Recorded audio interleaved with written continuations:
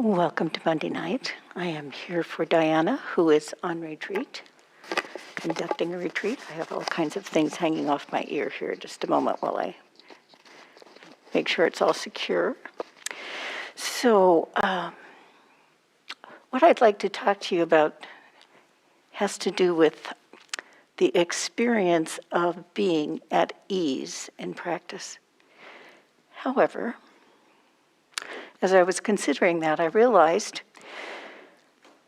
that there was a tendency on my part to jump right into the middle of the discussion, and that maybe it would be useful to have some place to start from. And since I'm going to be here 2 Monday nights in a row, I'm going to start not talking about that. What I would like to do is talk about the importance of how we understand mindfulness, what it means in the practice, and the value of long-term practice, the value of not giving up on practice. So first I'm going to tell you a story. So recently I watched a film called The Way Back. And it's not the latest one by Ben Affleck about a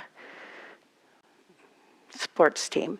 This is the one that was made a number of years ago about a group of prisoners who were in a gulag in Siberia who escaped and walked 4,000 miles to India.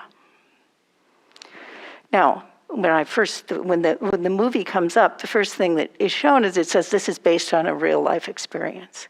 So it turns out that not everything in the movie is entirely true or defensible.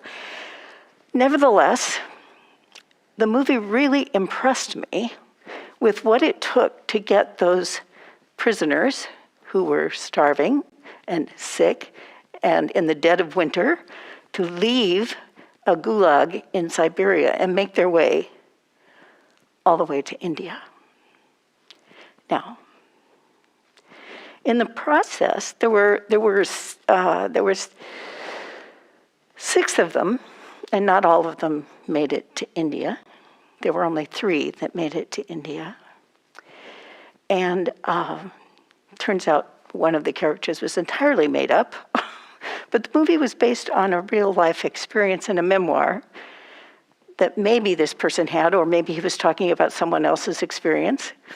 And so what's interesting to me is how the movie impacted me with the one characteristic that was most important, which was you just did not stop.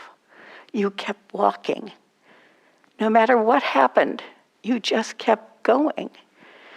And there was one particular leader who was a Polish engineer, and he had been accused of spying. So he was in Poland, and this was in 1939, and the Russians were occupying Poland at that time. And he had said some inflammatory things against Stalin, and so he was arrested, and he never agreed that he had done any of these horrible things, but they tortured his wife who testified against him. So he got a sentence of 25 years in this gulag, and off he went, and all the trials and tribulations of being in this gulag. And they set out on the road, and he said, the one thing I have to do is I have to get back to Poland. I have to get back so that I can tell my wife not to feel guilty about doing this. That was his primary motivation. I mean, obviously he wanted to escape, he wanted out, but mostly he worried that his wife was going to be carrying this burden. And that was the thing that kept him going. And so he was constantly encouraging people as he went along. You've got to keep going, you've got to keep going.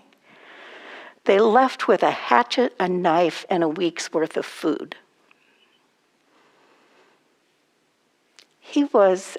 This character was the leader of the group because he believed they could do it. He believed they could do it. Everybody else said, okay, it's worth a try. I'm just going to die here otherwise. And so they followed him religiously What do you think? Are we going the right way? I don't think we're going the right way. Are you sure we're going the right way? Constantly wanting reassurance. And we do that. We do that in our practice. We say, well, am I getting to where I need to go? How am I doing? You know the answer. You have to tell me how this happens. How do I make this happen? What am I doing wrong? Why can't I concentrate? Why am I not there? How come I can't measure that I am better on the path, that I'm the person that I want to be? What's happening? They were constantly asking him. And he would go on ahead and come back and get them.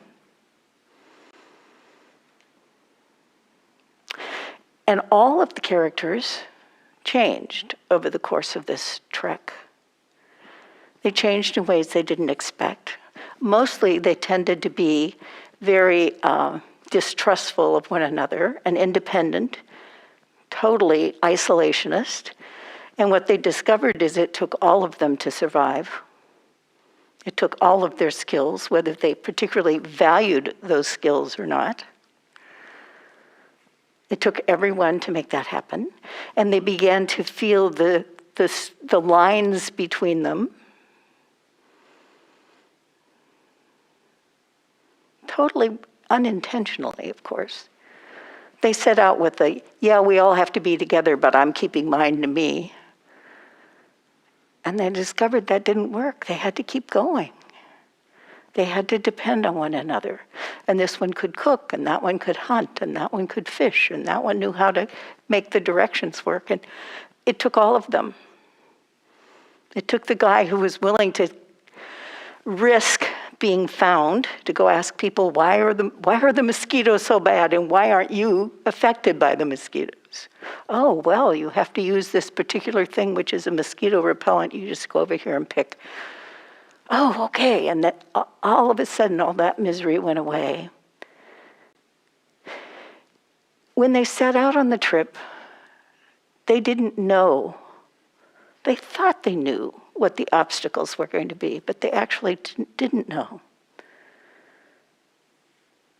The path that we set out on, we don't know the outcome. We don't know what's going to come up, what's going to be an obstacle for us, what's going to not fit the vision we have. And then what happens when that obstacle arises? Okay, I guess I wasn't meant to. Or can we say, well, that's interesting, now what? And what we learn along the way is how the idea that we have about what the path is, how we're going to get where we're going,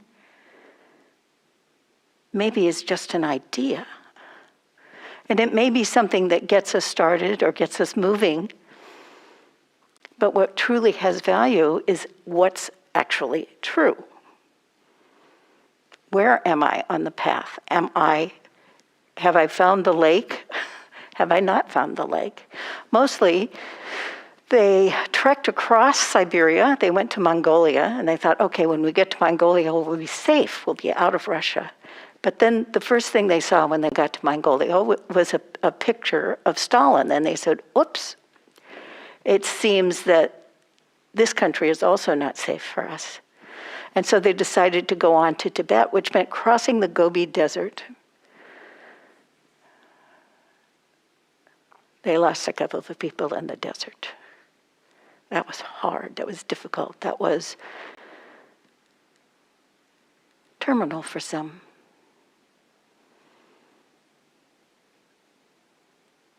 And they kept going. At the beginning of the trip, one of the characters, who was an American,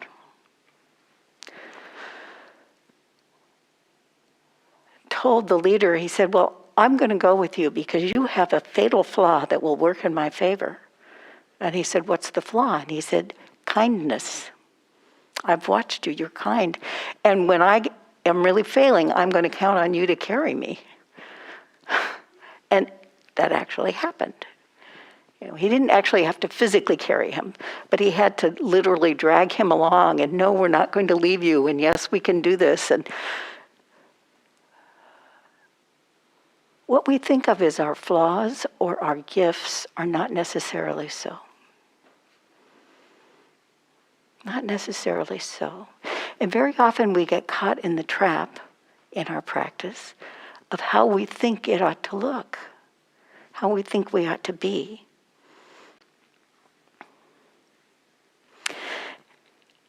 There were two major things that happened to this man as they went along. They eventually got to Tibet, and the American went off and joined an American group somewhere out of Tibet, and 3 people went on over the Himalayas.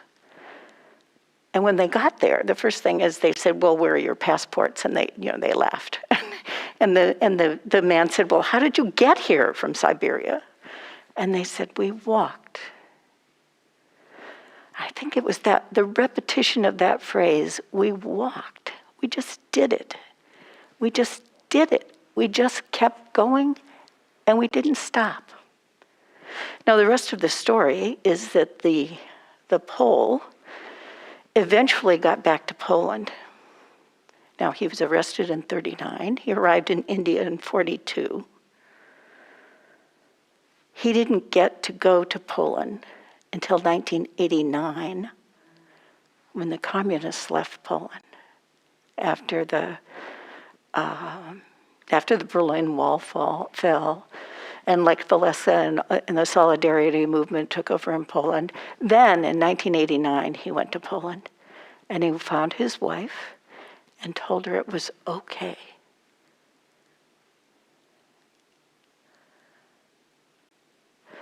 The determination and the willingness to say, "I don't want you to have to carry this." So there were kind of the two tracks. There was the determination to keep going, and the issue of what are you carrying on your journey? What is it that you're carrying?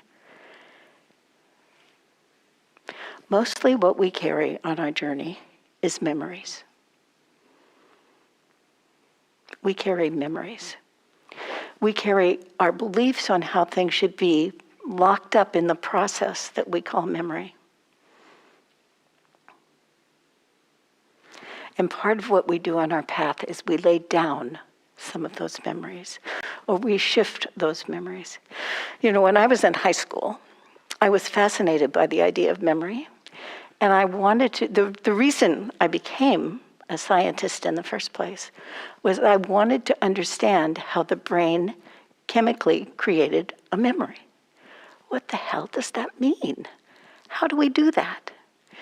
And at the time, actually, that wasn't as strange a way of thinking about memory. But over time, neuroscientists have come up with other explanations for how memories are formed and what actually a memory is. So the brain operates on a kind of, it's kind of a way to think about the brain is a very sophisticated chatbot. What it does is take information that it receives about experience, and it forms meaning boxes, little synaptic circuits of, with this set of conditions, with these things that happen, this means there's danger here and the reaction should be fear. The memory is actually a process. It's a series of synaptic firings that form patterns that we assign meaning to.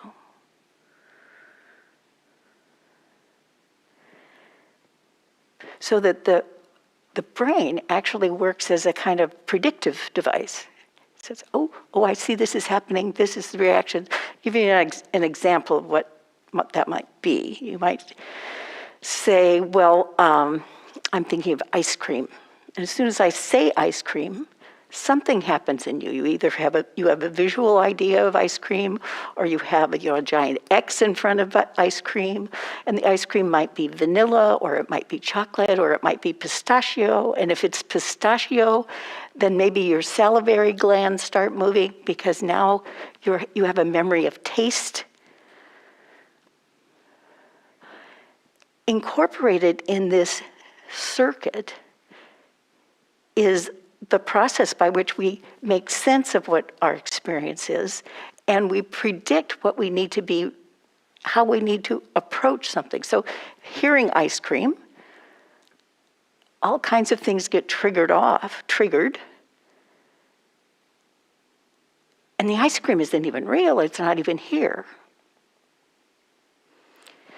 So the way memory works, memory has, it has a number of, it has some characteristics. So memory, I looked up what's the definition of memory. Memory is the continued process of information retention over time. Continued process of information retention over time. It's a process. It's not a chemical stored somewhere in the brain. And memory has some characteristics. So there's the encoding. How is the memory laid down? There is the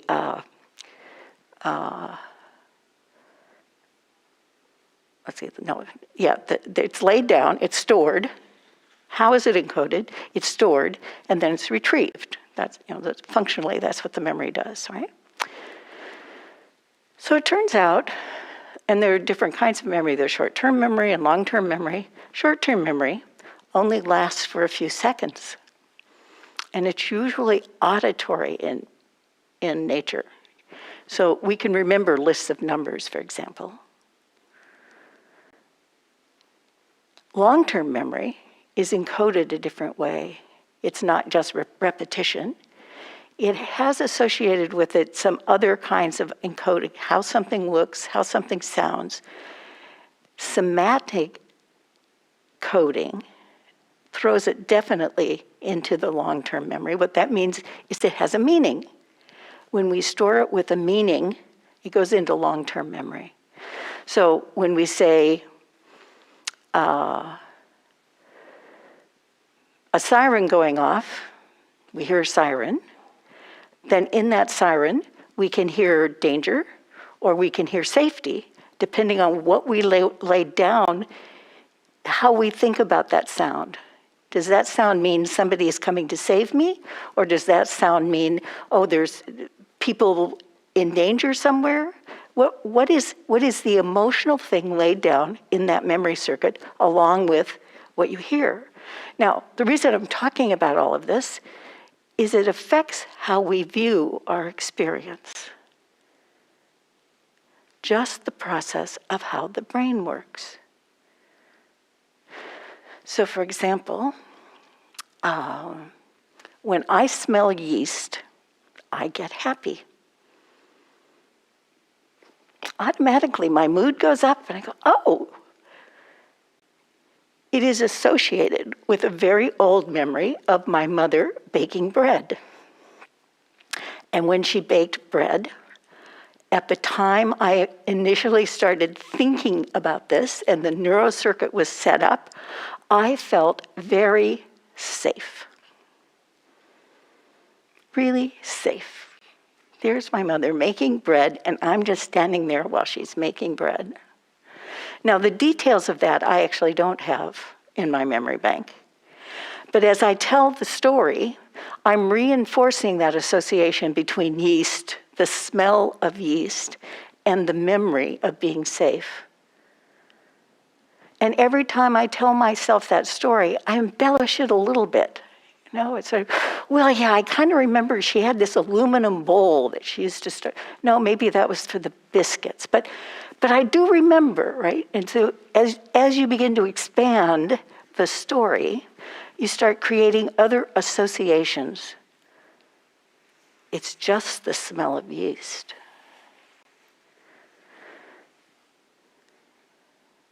All of the things that we conjure up about our experience can be found in these memory banks that consist of neurocircuits. Now, the reason I'm spending so much time on this is I want us to understand the depersonalizing that occurs when you look at it as just a neurocircuit and not from the point of view of ownership. This is me and who I am. As soon as we make this association where we say, this experience, this sensory input has this meaning, we are shifting away from the experience into what we think about the experience. We've added things together and homogenized them in such a way that we begin to think that this memory, this process of putting together data, is who I am. It's me. When it's just a process. It's just a process. So when we obsess about something, we're reinforcing it as a neurocircuit in our brain. As we retell a story to ourselves, we're reinforcing it. So if I tell a story, these people have upset me. These people are really terrible people. This person is really a horrible person. I'm laying down a memory trace that says, when I hear the sound of this person's voice, I have a bad reaction. A reaction, this is bad. This is undesirable. This is unpleasant. Maybe when I said ice cream, you imagined the ice cream splotch on your favorite shirt. And ice cream is not a pleasant thing for you at all. And for someone else, it's a very pleasant thing. It's just ice cream. And in fact, it's not really ice cream. It's the idea of ice cream. To my knowledge, there's no ice cream in this room. And we're not directly experiencing it.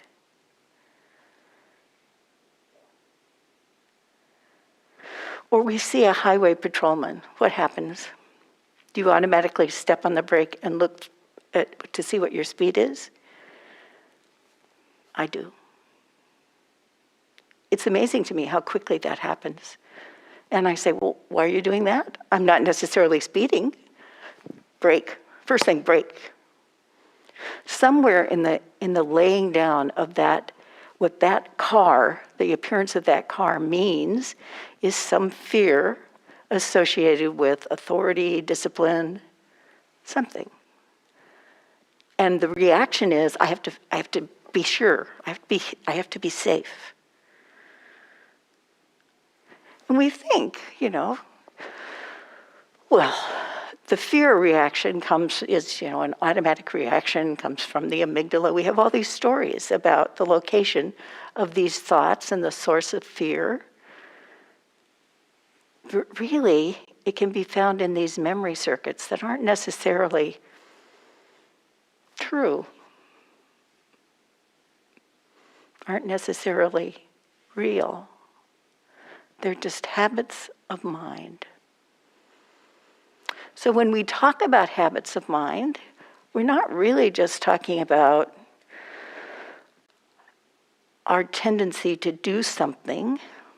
We're actually talking about not seeing how this set of conditions is triggering some circuit that calls for a certain reaction. It's not really our fault. It's kind of how the brain works. But when we see it, when we see, oh, look, I'm reacting, we can say, but I don't have to, because it is not me. It's just something that, you know what? It's misinterpreting what's going on. So this afternoon, my husband came to me and he said, I said, let's have some tofu and vegetables for dinner. He said, okay, great. He said, we'll try out that new press that we've got. And he said, we'll put some olive oil on it. So I looked at him and I thought, olive oil? Now, the way he interpreted that was, I did not want olive oil under any conditions to be put on the tofu. So he baked the tofu, which turned out to be really, hard and kind of crisp and tasteless. Because he interpreted my look to be, oh, whatever you do, don't put oil on the tofu. And no amount of my saying, it kind of depends on what you're doing with the tofu, whether you put oil on it, had any impact. He had already heard that I didn't want oil on the tofu. Now, all of this is just interpretation.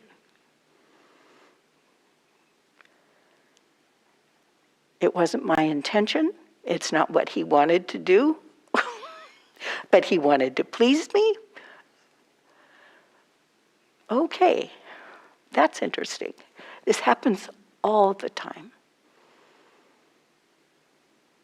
In order for us to learn from our mindfulness what's actually happening, we have to watch what the mind does. We have to be able to see, oh, this is the mind doing that.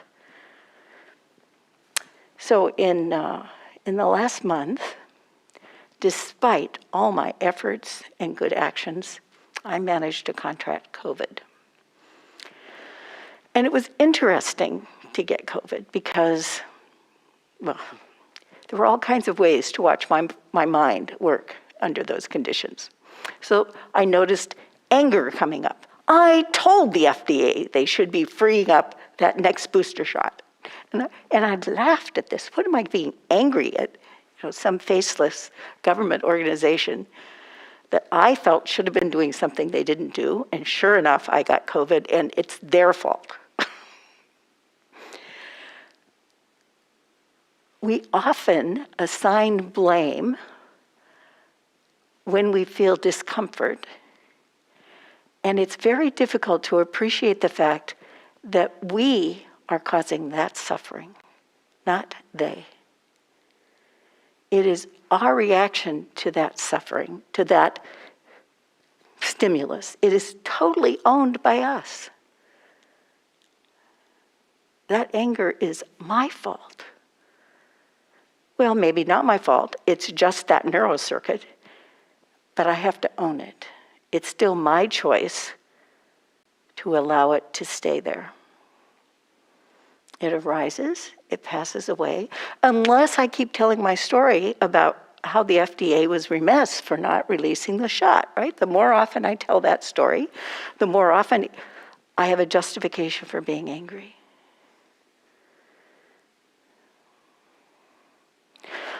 Or I watched my energy level being really low energy. And I was starving. All I wanted to do was eat. I was just starving. Well, I wasn't starving. But my body was reacting to low energy by saying, we got to get the energy up, let's eat some food. Because the energy was being used up, all the ATP was being used up fighting off the infection. And I was unable to say, you're not starving. And then I would catch myself and say, Maria, you're not starving. You don't have to eat. You don't have to chew. To watch the reaction and say, I don't have to. I don't have to.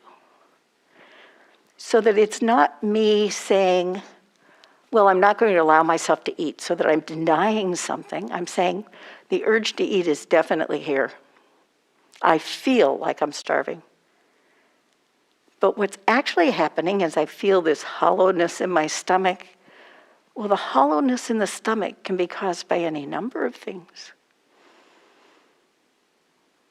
Sadness, feeling of isolation. I got caught after all. I made a contract with the universe. If I always wore my mask and got my shots, this wouldn't happen. And look what happened.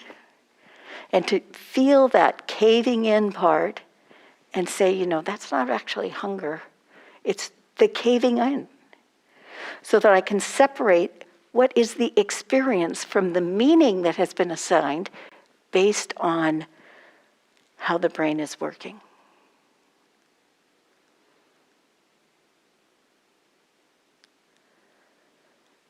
You have to actually catch yourself doing this. And it takes a lot of practice. You have to just keep walking. You have to say, oh, look at that. it's doing that again.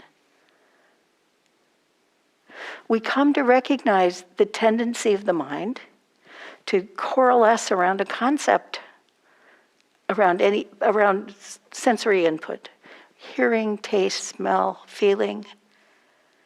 Oh, this means. And to watch the mind say, this means. In Buddhist practice, when we talk about what is experience, we talk about the aggregates, and we say, okay, here's how we know we're having an experience.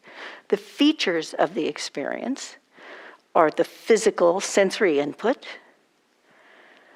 the feeling tone, this is pleasant, unpleasant, or neutral. The naming, the concept, this is, I pick this up, this is round, it's cool, there's some fluid in here, and I call this a glass. That's a concept. As soon as I name it, now I've given it function and meaning and usefulness. It's still just a piece of glass, which, glass is a liquid actually. But okay, it makes sounds when I touch it with my fingernail. Okay, so there's the concept. And then there's this is a nice glass. I like the lines on the glass. Now I'm thinking about the concept. So there's the thinking part, the thinking mind. And then there's the awareness. Until I looked down at this glass, it didn't even exist. Until I look up, I could sit here with my eyes closed talking and none of you would be here. You might as well be listening on YouTube or something.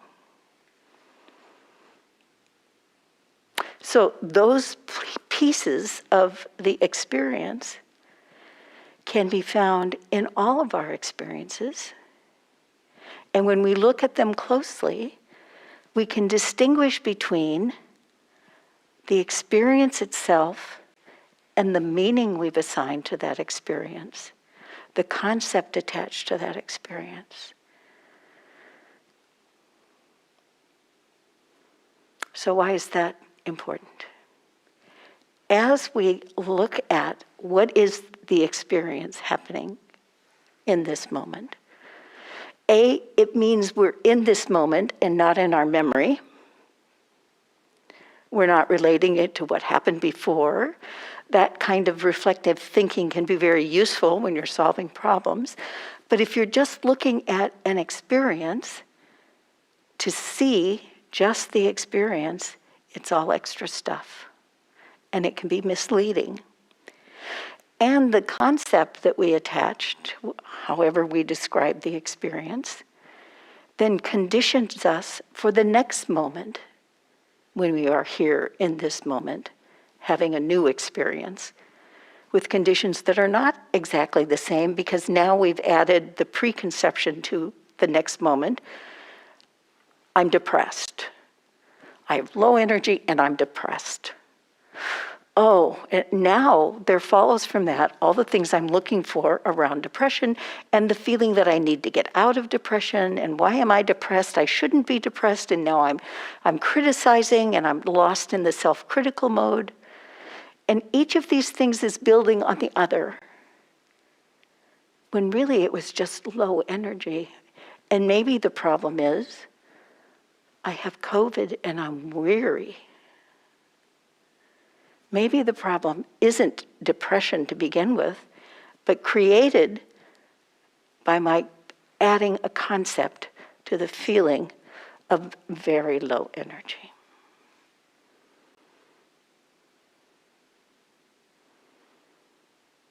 And so, when we tell people, when you notice that you are anxious, just stay with the anxiety.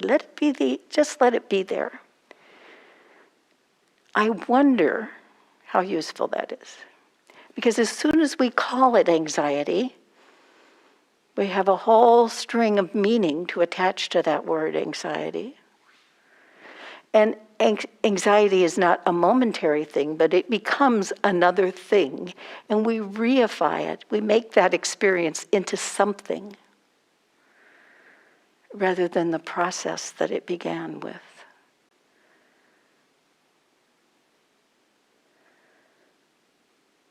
And we get trapped into cycles of suffering having to do with just the way the brain works, and are saying, yeah, I get it. I know what that is. So I've been working on a major project for 3 years for my homeowners association, having to do with installing EV chargers.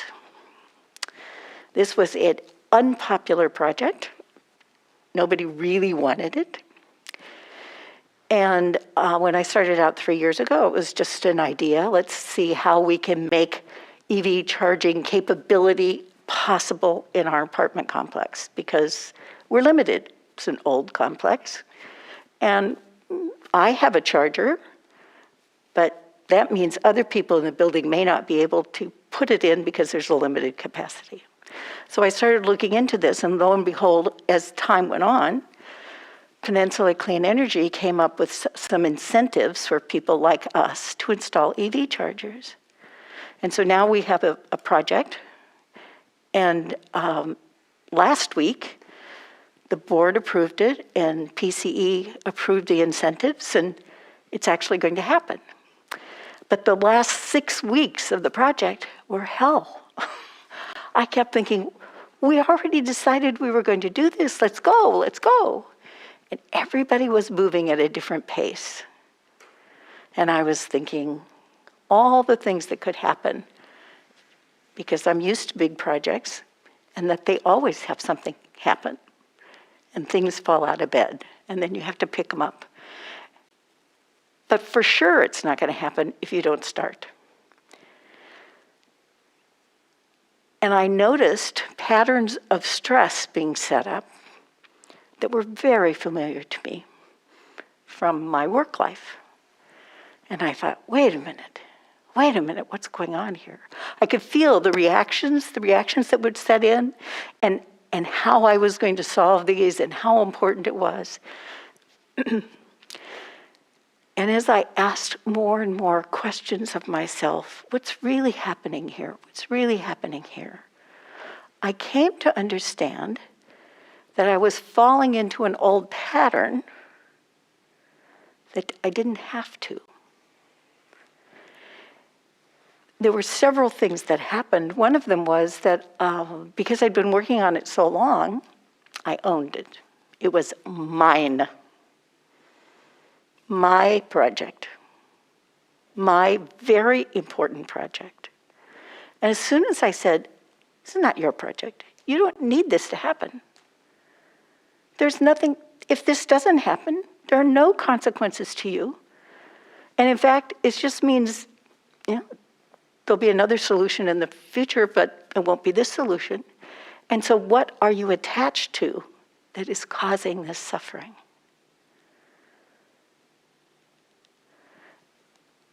And I realized I was attached to a feeling of ownership, responsibility, competence. I could make this happen. And as soon as I let go of that, all of the stress went away. As soon as I said, I don't actually have to do this. I don't have to make this my project. It doesn't have to be about me. I don't have to be embarrassed because they've asked me to go get somebody to get in writing what they've told me verbally. I don't have to feel like this is a failure for me. I don't have to react this way. But I have to see it really carefully. I have to see that's what's happening in order to stop creating my own suffering.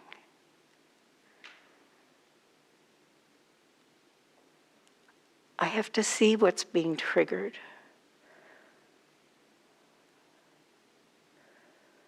I have to see how the mind is interpreting everything that's happening, and that I don't have to interpret it that way.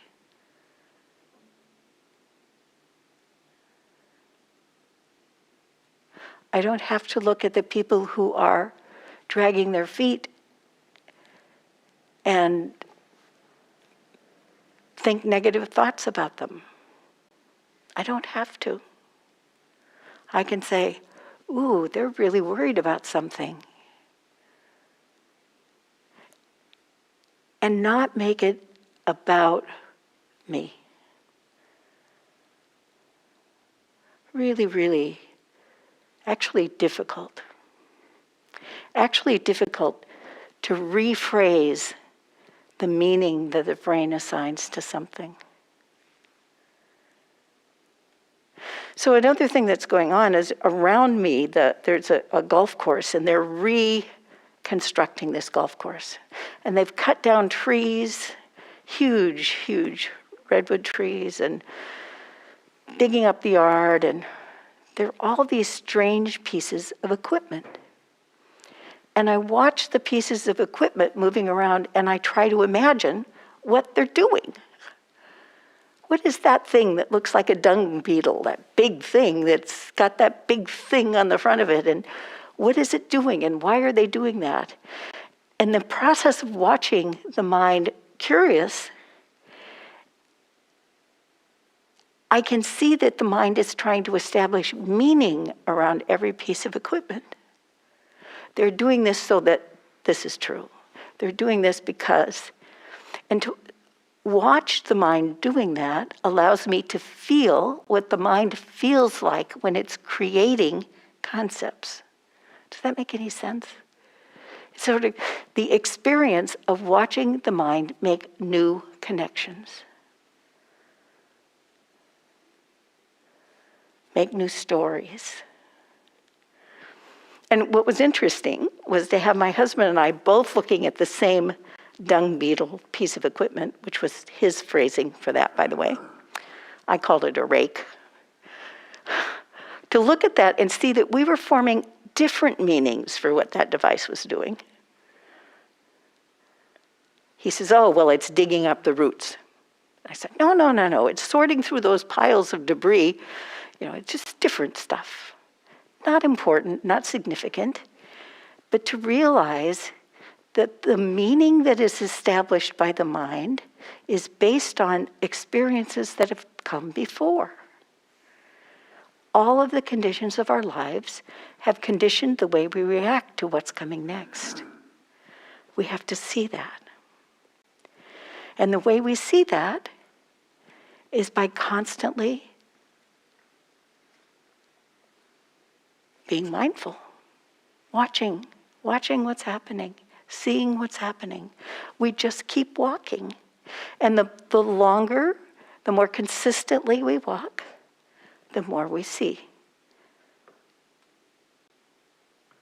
The more we see. The more clearly we see. We just keep practicing. And what comes out of it is the realization that we don't have to judge what we see.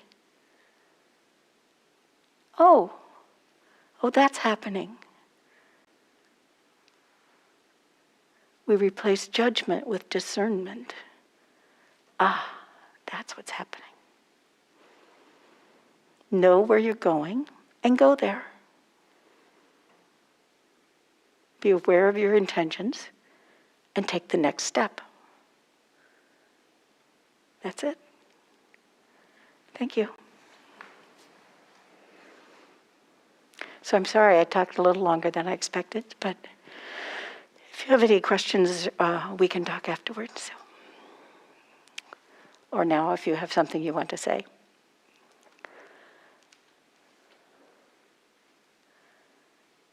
Okay. May you watch the mind. It's a magical device, but it doesn't do magical things. It just does what it sees. May you see clearly and well. Thank you. Good night.